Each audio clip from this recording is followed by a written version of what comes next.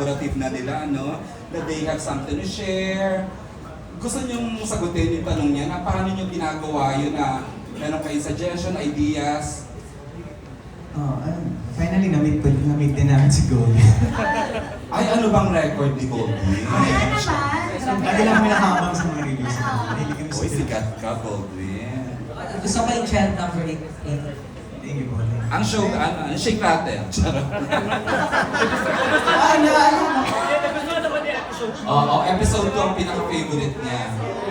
Tapos ngayon, up to 150 million na kami, sorry. Okay. Would you like to answer that? Marami. Lalo na sa pagdating sa mga comedy scene. Kasi mas kilala namin yung sarili namin kung paano namin madadali yung comedy sa bawat scene. Like, example yung sa thriller, yung... Actually, okay, share ka na. Nung time na yun sa trailer naman to, kung paano yung... Sa jeep? Yeah, sa itlog. Ayun, nahin kay nanay. Gumawa ng itlog na pula. Oo, Or nasa something trailer. like that. So kasi, kami, may nakalagay na joke na sa script. Pero dahil na ilang beses na namin siyang sinasabi, so parang hindi na siya nakakatawa.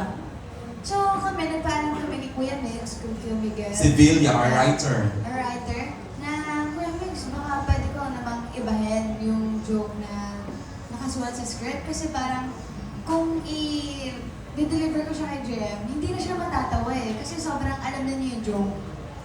Noong una, yung original na nasa script, yung joke, sobra akong tawan-tawa kasi Yeah. paano daw namatay si Captain Hook. Pero hindi ako natawa dun sa joke. Kasi hindi ko kilala si Captain Hook. Kaya siya natawa. Pero dahil Uy, nga... natawa ako ngayon. Dahil hindi ka natawa. Pero dahil nga ilang beses na din niya nabasa yung joke, so sabi ko, baka pwede kong ibahin na yung joke. So madami pa akong Daming baon, ha? na nagtanong pa ako, sabi ko sa mga Kuya Art, Kuya, may joke ka ba dyan? Ganto, ganyan. Kasi kailangan ng jokes na medyo sobrang, hindi ko din alam. Yung time na parang kailangan pati ako matawa. So, ang dami kong hiningi. Tapos, ang nangyari, yung napili kong joke, alam niya, so binasag niya yung joke ko. So, mas nakakatawa. So, wala talaga sa script yun. Na, So, nasa pelikula pa rin. yeah. So, pakiulit mo. Charot na joke. So, yun. Okay ka na. Champion! Antayan. Ano tayo ba? What's up? Kumusta? Finally, you are showing! May 6! Yes! Malapit na! Ano? Maganda na. Sa Starstruck ako, sorry. Alam niyo naman. JM, finally, we're launching your team up in the summer kilig movie of the year. How does it feel? Malapit na. In less than a month, we are showing nationwide. Excited ako sobra. Kasi Guwapo mo ngayon, ha? Kakaibang glow. shit na yun. Wow! Go ahead na. Nawala ako. Hindi, I mean, excited ako sobra kasi first film namin ni Fiam.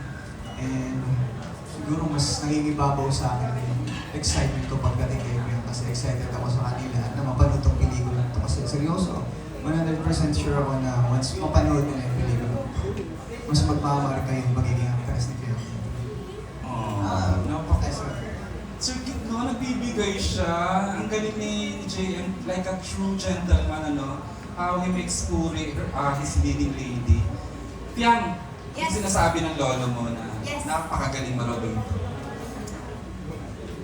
Magaling din siya. Sobrang galing niya. As in, napahanga niya ako kung paano siya, kung paano niya pinurtray si RR bilang best friend ko. Hindi naman nagkakalayo in real life. Best friend naman kami.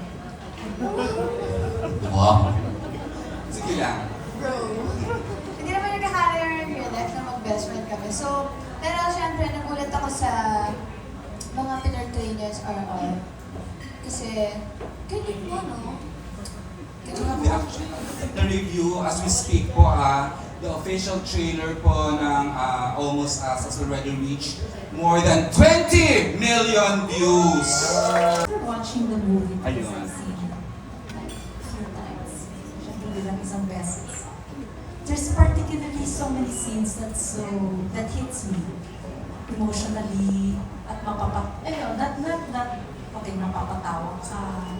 It's something that that a lot of things that are very heartwarming, a lot of moments na, reminds me of Maricel Soriano. Yes, I mean, I'm not kidding because I grew up with Maricel Soriano. Parang tutuwa ako dito sa Batman kung pinapanood ko kasi parang bawat galaw niya nakatawa talaga. And of course, si JM. Kanino? Pwede, baka may reference ka? May reference ka ba? Actually, kasi parang it's so natural. Kung Maricel Sipiang, sino naman si JM? Talaga inundas-spot kita, But Miss si Rosel. JM is really unique. I don't know him as a young star before, pero si JM really has the eyes na talagang, the way he does his acting and how, as a best friend, he has a secret admiration sa best friend niya. Mararamdaman mo talaga. Yun talaga. I mean, it's so natural. Parang they're not really acting. Oh. Nakaka-carry the way ako sa mga eksena. Especially one scene, more towards the third act, na napaiyak pa. Wow. Seriously, napaiyak mo ako. So, I hope that you guys, when you watch it, matutuwa. May 5 tayo sa Mega Mall. Yes. Okay. Thank you, Miss Rosel. Thank you, Jakes. At this point, react lang muna si JM Piang sa sinabi ni naiiyak ka. Then, the new Maricel Soriano. Comment sa sinabi ng producer natin, Piang. Nakaka-pressure naman po yun. Speechless? Sobra. Nagulat ako sa revelation.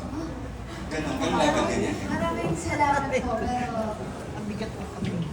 Nariyak ko eh. Uy, hindi ganyan si Piang. Na-speechless talaga kasi usually may sagot agad yan eh. Pero ngayon, hindi niya alam what to say. Kasi ako nagulat din ba, Mr. Self-Delivered.